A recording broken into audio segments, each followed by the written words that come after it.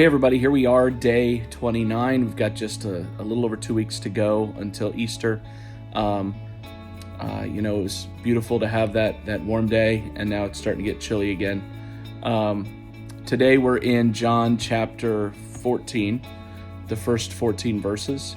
And man, oh man, you just read through that. I mean, those are 14 verses you could read every single day for a year and get something new out of. It's just so mind-blowing. I mean, opens with heaven, then he establishes that he's the only way, that there's no other way, that Jesus, the gift of salvation, is all-inclusive for anybody to come, but it's an exclusive path, and that there's not any other path that will get us to God. This is that classic text where C.S. Lewis identifies that he's either Savior, and he's right about everything, or Jesus is crazy, we shouldn't trust anything he has to say, because he said he's the only way to the Father, the only way to heaven, to eternity. This closes with a challenge about praying in his name so the Father may be glorified, and him granting those prayer requests, that what we ask, and that can be sometimes a troublesome verse. So, honestly, the thing stuck out to me from when I first started reading John 14 today is the promise of heaven. And I would just caution you, there's a lot of books written on heaven. There's a lot of theories about heaven, and really the bulk of what we have, Jesus talks a lot about heaven, but most of it's in imagery, it's symbolism, it's metaphor. We have imagery and revelation. Anybody that claims to have heaven figured out, like exactly what it's like, what it looks like, the idea the streets are like gold. Like, are they literally gold? Are they like gold? Is it just valuable? There's so much about heaven that is imagery and metaphor. And I honestly think so often the details about heaven, and we're a people that like details, right? Like, there's times where people even ask Jesus, tell us about heaven. This guy was married a bunch of times. So is he married in heaven? Which wife is his in heaven? We have questions about what's it going to look like? What's it going to be like? And in Revelation, it's clear God is establishing a new heaven and a new earth. So it's a tangible place. We're not just these floating spiritual beings, but there's a tangible body that we inhabit. There's some sort of physical presence, and it's a physical place. And here Jesus says, I'm going to prepare a place, a literal place for you.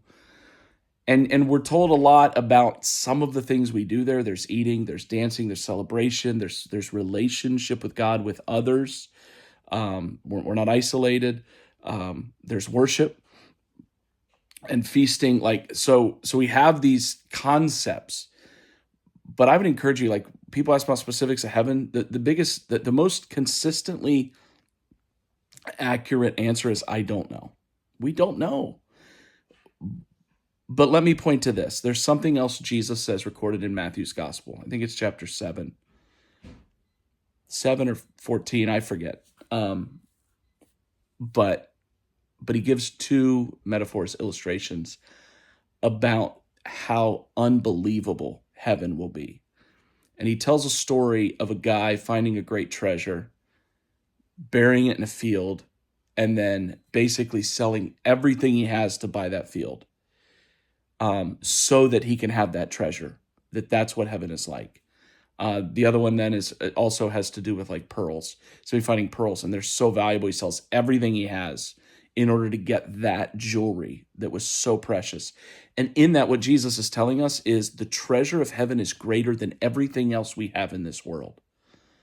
So let that be the detail you hold on to. Even though we don't know exactly how big is it, and what's it like, and what's the city like, and what's it going to feel like, and what are we going to do there, and push aside the cultural images of babies in togas playing harps. That's not it. That's cultural. But if we really want to know what are the details, the detail Jesus says is, you take everything of value in this world.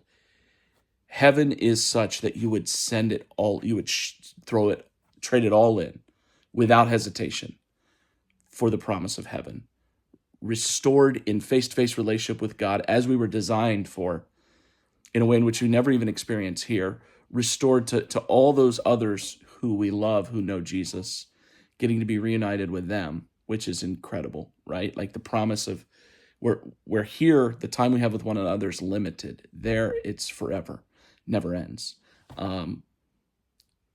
But if there's one specific that I think about, that I hold on to, it's those parable images that Jesus gives. Like, it's worth trading everything you have in this life you could ever accumulate for heaven. That's how special. That's how unique. It's a treasure worth trading everything for. That's what Jesus himself says it is. And he says, I'm the only way there. There's no other path. Let that be an encouragement to you, but also, I think, an inspiration to us that the most valuable thing we have to take forward into the next world, into heaven, is people, nothing else. And that's why salvation is so important, and that's why us inviting others through our salvation story is so important. All right. Have an awesome Wednesday, and look forward to continue on in chapter 14 tomorrow.